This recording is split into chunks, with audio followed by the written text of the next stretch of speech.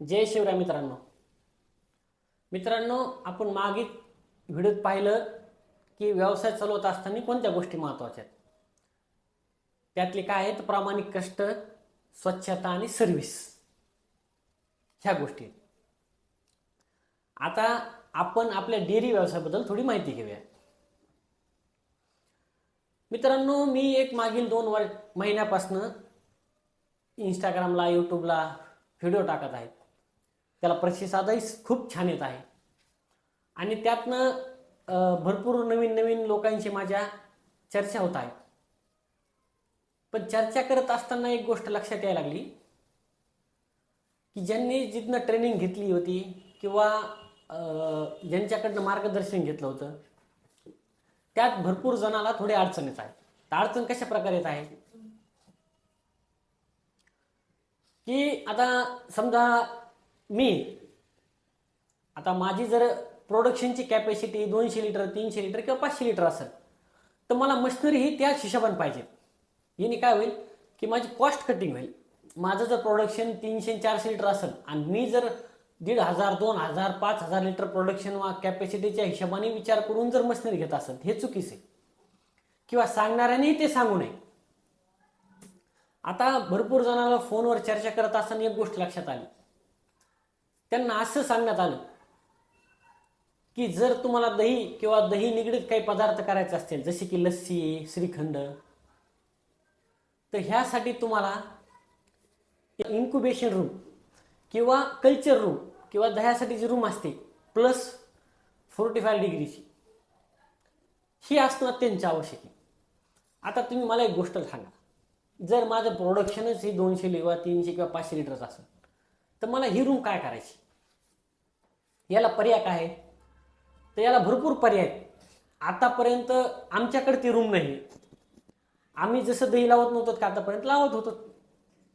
आत्ता आम्ही त्या रूमकडे चाललो, कारण आमचं प्रोडक्शन वाढलं, कॅपॅसिटी वाढली, सगळ्या गोष्टी वाढल्या. आता क्रीम सेपरेटर आहे, तर नवीन जे व्यावसायिक येणार आहेत त्यांनी किती कॅपॅसिटी घेतलं पाहिजे? त्यांनी मिनिमम कॅपॅसिटीच घेतलं पाहिजे, किंवा ज्यांची प्रोडक्शन कसं चालेल, काय होईल त्या हिशोबाने. तुम्ही सुरुवातीला मशिनरीमध्ये जास्त इन्व्हेस्ट करायला नाही पाहिजे. मिनिमम इन्व्हेस्टमध्ये चांगल्यात चांगल्या मशिनरी भेटतात. आता आपल्याकडं दही म्हणा किंवा दही cup, lassi cup, shrikhand cup, ही पॅकेजिंगची आपण मशिनरी घेतली. आता 1,00,000 रुपयाची फक्त मशिनरी. दही कसं लावायचं? तर दहीचं फक्त टेम्परेचर मेंटेन झालं पाहिजे. मग ते कसं करता येईल? तर जेव्हा आपण दही लावतो त्याच्यावर रगी टाकणे, त्याच्यावर काहीतरी झाकून ठेवणं, जेणे त्याचं टेम्परेचर मेंटेन राहील. सुरुवातीला जर तुम्ही ह्या खर्च प्रोडक्शनवर इतका लावताल तर कमावताल कधी? आपला जो प्रोडक्शनचा खर्च आहे हा केव्हा जास्त असला पाहिजे? जेव्हा आपलं प्रोडक्शन विक्री जास्त असली पाहिजे. आता हे कधी होईल?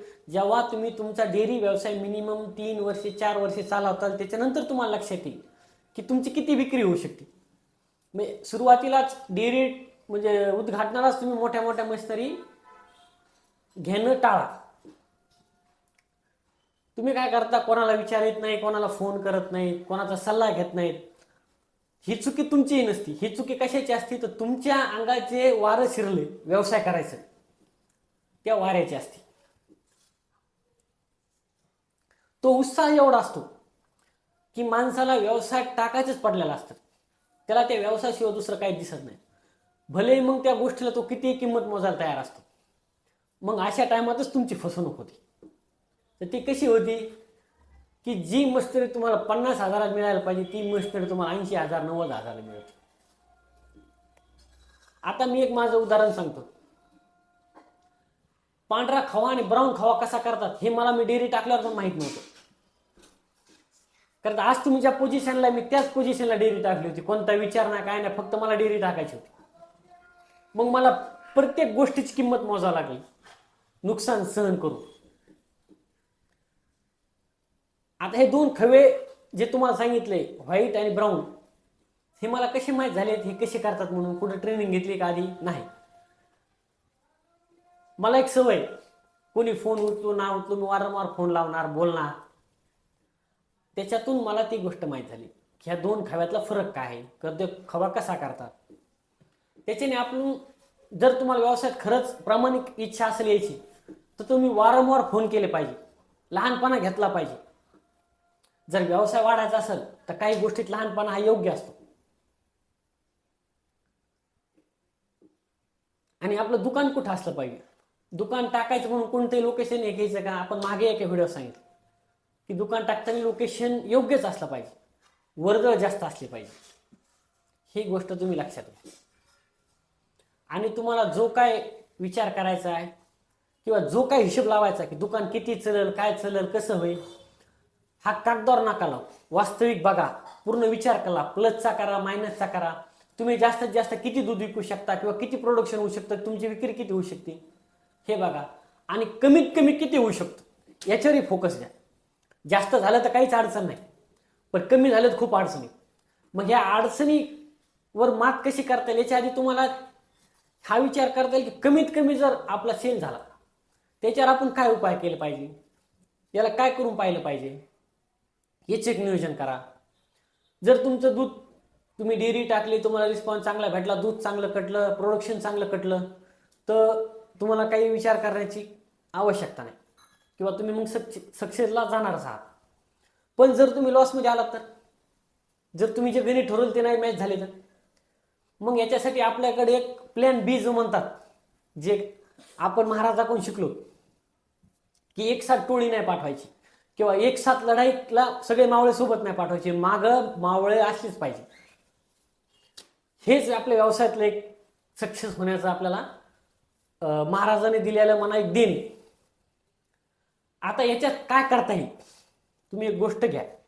जर तुम्ही 5 इन्व्हेस्ट तुमचा ग्राफ काढला आणि जर इन्व्हेस्टमेंट 5 लाख होत असली तर तुम्ही 4 लाखाची इन्व्हेस्ट करायची, 1 लाख बॅकला ठेवायची. याने काय होणार, जर तुमच्या शटरला 6,000 भाडं असेल, तुम्हाला 2,000 लाईट बिल येत असेल, तुमच्याकडे एखादा मुलगा असेल त्याला 6-7 हजार पेमेंट असेल किंवा चिल्लर तुमचा खर्च असेल, म्हणजे महिन्याला तुम्हाला जो 15,000 देणं असतं, तुम्ही कुठून काढणार तर 1 लाखातून काढणार. मग तुम्ही पुन्हा म्हणता ना आपण 1 लाख काढले होते पण महिन्यात हिशोब लावला आणि 1 वर्षात लावला तर 1,80,000 होते. तुम्ही काय ना काहीतरी विक्री करतालच ना. मग त्या विक्रीतलं आणि तुम्ही जे मागं ठेवलंय यातनं जरी दुकान नाही चालली तरी हार मानायची नाही, 1 वर्ष तटून द्यायचे. आणि जर तुम्ही 1 वर्ष तटून दिले तर 366 दिवस जाईल हा तुमच्यासाठी सुवर्ण संधीच घेऊन येईल. भले तुम्हाला नफा नाही होणार पण तुम्हाला खिशातून टाकायची गरज पडणार नाही. मग हे असले प्लॅन तुमच्याकडे असले पाहिजे का फक्त आपण इंस्टाग्राम पाहायचं, फेसबुक पाहायचं, यूट्यूब पाहायचं, त्याच्यावर यशोगाथा पाहायच्या. पण ते यशोगाथेमागे त्यांचा संघर्ष असतो. ते फक्त तुम्हाला एवढं दाखवतात किंवा मीही तुम्हाला कोणतं दाखवणार की जे 3 मिनिटात किंवा 2 मिनिटात किंवा 15 सेकंदात बसेल एवढंच दाखवणार. त्याच्यात काय दाखवणार, फक्त सक्सेस. संघर्ष दाखवणार का, तर बिलकुल नाही.